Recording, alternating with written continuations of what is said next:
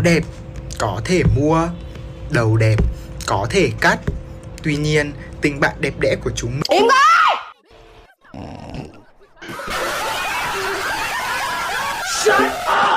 Chúng mày bảo tao phèn đúng không? Đúng, tao phèn thật. Tao chỉ mặc áo cà sa, quần bó rách gối, đeo tổ ong. Nhưng mà cái tư cách của tao hơn chúng mày rất là nhiều, được chưa? Alo!